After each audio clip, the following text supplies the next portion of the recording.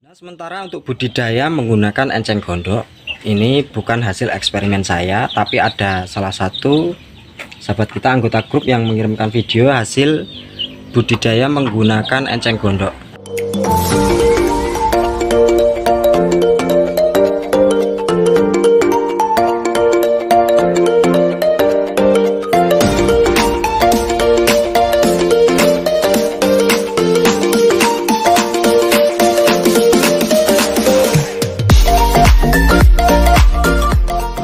Halo, assalamualaikum warahmatullahi wabarakatuh, sahabat semua, apa kabar ya?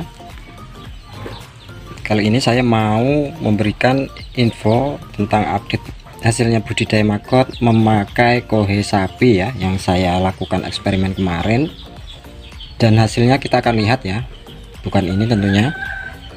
Kemarin ada yang penasaran nanya ya, setelah saya pahami pertanyaannya seperti ini, Mas, itu media untuk baby maggotnya apa kok mawur seperti itu ya? Ini kalau saya menggunakan pur puyuh, pur ayam teman-teman ya. Untuk telur 5 gram cukup 2 genggam ya. Dan nanti kalau sudah mawur baru kita tambahkan limbah organik lain seperti ini ya. Seperti pisang ini. Kemudian ini kemarin ada bolu-bolu jamuran ya. Kedaluarsa sisa orang hajatan itu tak kasih ke sini teman-teman ya. Dan dampaknya mawur seperti ini dia. Kalau masih baby jangan diberikan yang basah-basah ya. Kalau diberikan yang basah kabur dia. Kecuali pinggirnya dikasih dedak, ditaburi dedak ya, bagian luarnya ini. Nah, nanti seperti ini awalnya ya. Kalau pur ayam itu dia ngempel-ngempel seperti ini. Kalau dia kelihatan akan kering, siramkan air ya. Boleh ditaburi dedak luarnya. Ketika mau kering, siramkan air, kemudian digoyang-goyang seperti ini biar bercampur rata ya. Kemudian taburi dedak bagian pinggirnya. Ini besok biasanya sudah mawur ini. Ini menetas kemarin ini. Nah, kelihatan ya. Dan nanti hasilnya akan seperti ini ya. Nah, Mas, kalau baby maggot panas itu bahaya nggak? Kalau baby maggot panas nggak masalah teman-teman ya. Tapi kalau maggot sudah besar terus sering panas di dalam biopon itu bahaya ya. Panasnya itu akibat dari gesekan tubuh. Itu pemberian bibit maggot ke biopon itu ya sebisa mungkin harus ideal ya. Misalnya untuk telur 5 gram cocok untuk di biopon 1x1 seperti itu. Nah, kita akan bongkar hasil eksperimen kita ya. Hasil eksperimen saya.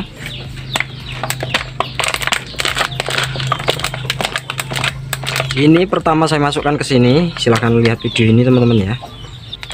Ini adalah video yang saya buat tanggal 18 ya. Ketika saya masukkan ke sini fermentasi kohe sapinya, kemudian saya masukkan baby maggotnya. Tidak banyak tapi adalah. Tapi ya adalah 1 genggam ya, 1 genggam kecil. Dan ini hasilnya ya, maggotnya banyak yang mati, tinggal sedikit dan seperti tidak ada perkembangan ini ya. Nah, segini ya.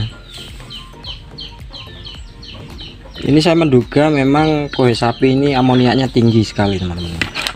Ini untuk kohe sapi yang sudah seminggu ya di belakang kandang, kemudian saya fermentasi. Nah, maggotnya mulai pada kaku ya, nggak semangat, nggak ada yang bergerak, ini bahkan cenderung akan mati ini pengalaman saya teman-teman ya. Kalau suka tidak suka ya beginilah hasilnya. Kalau saya ini tanpa direkayasa ya, karena demi menjawab pertanyaan teman-teman semua. Banyak sekali pertanyaannya ya tentang budidaya pakai kohe sapi, dan ini pengalaman saya. Memang sebelumnya banyak yang komentar ya, kalau kohe sapi itu kurang bagus untuk budidaya. Ada yang bilang maggotnya itu seperti tidak mau berkembang, yang menandakan memang kohe sapi ini walaupun difermentasi tidak bernutrisi teman-teman ya, karena maggot ini tumbuh besarnya memang dari nutrisi tersebut, dan nyaris habis teman-teman, mati mungkin ya, mati membusuk. Nah, ini masih ada yang bergerak, ukurannya bahkan tidak naik sama sekali teman-teman ya. Ini sudah 17 hari di sini. Dari tanggal 18 bulan 9 ya. dan sekarang tanggal 5 bulan 10, 17 hari di sini. Maggotnya masih kecil-kecil dan lemes ya, kesannya itu nggak ada pertumbuhannya, lemes ya, habis maggotnya ya. Suka tidak suka, inilah hasil eksperimen saya teman-teman ya, untuk menjawab pertanyaan teman-teman semua. Kalau misalnya sampean pernah lihat orang budidaya pakai koi sapi bisa besar, ya silahkan dicari ilmunya ya. Ini kalau menurut saya. Terus ada juga yang komentar ya, saya juga pernah coba mas pakai fermentasi koi sapi, hasilnya kurang bagus. Masih saya berikan pakan limbah pasar, itu buah-buahan dan sayur-sayuran yang sudah dibuang ya, baru maggotnya mau besar, katanya seperti itu ya. Nah, inilah hasil eksperimen saya teman-teman, bahkan ukurannya sangat kalah dengan biopon yang di karung ya. Ini tinggal berapa biji nih kalau dibongkar-bongkar ya. Padahal mereka nggak kabur kemarin ya. Pendapat saya hasilnya kurang memuaskan, tidak bagus untuk budidaya. Jadi tetap harus pakai solusi lain ya, silahkan cari limbah pasar. Kalau koi ayam cenderung bagus, kenapa? Karena biasanya koi ayam tuh makannya pakai pur ya, pur ayam, jadinya kuenya bagus ya. Mungkin beda juga dari sistem pencernaan ya. Awalnya pur ayam itu kan dari bahan-bahan yang berprotein juga, iya ya, bernutrisi. Sementara koi ini sendiri berawal dari rumput-rumput teman-teman ya. Rumput apa saja masuk ke sini, entah itu ilalang, entah itu rumput apa saja.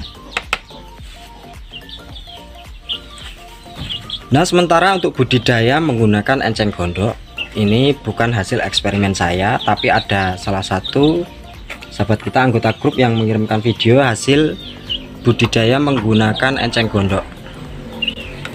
Yang kita tahu bahwa enceng gondok tersebut merupakan tumbuhan yang banyak tumbuh di rawa-rawa teman-teman ya, hampir tidak ada fungsinya.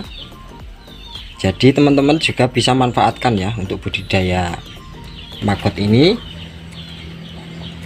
karena menurut sahabat kita ini hasilnya lumayan memuaskan.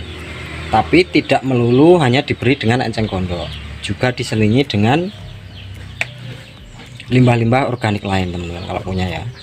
Jadi enceng gondok juga bagian luarnya sangat keras menurut beliau juga ya, dan dimakan bagian dalamnya. Tapi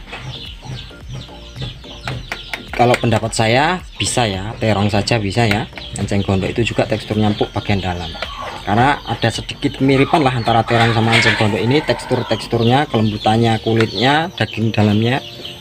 Jadi sama halnya dengan terong, yang dimakan adalah bagian daging dalamnya teman-teman. Nah, silahkan dicoba ya untuk enceng gondok. Ini dari waktu menetas sampai sekarang ini 5 hari teman-teman. 7 hari nanti akan saya pindahkan rencana ya.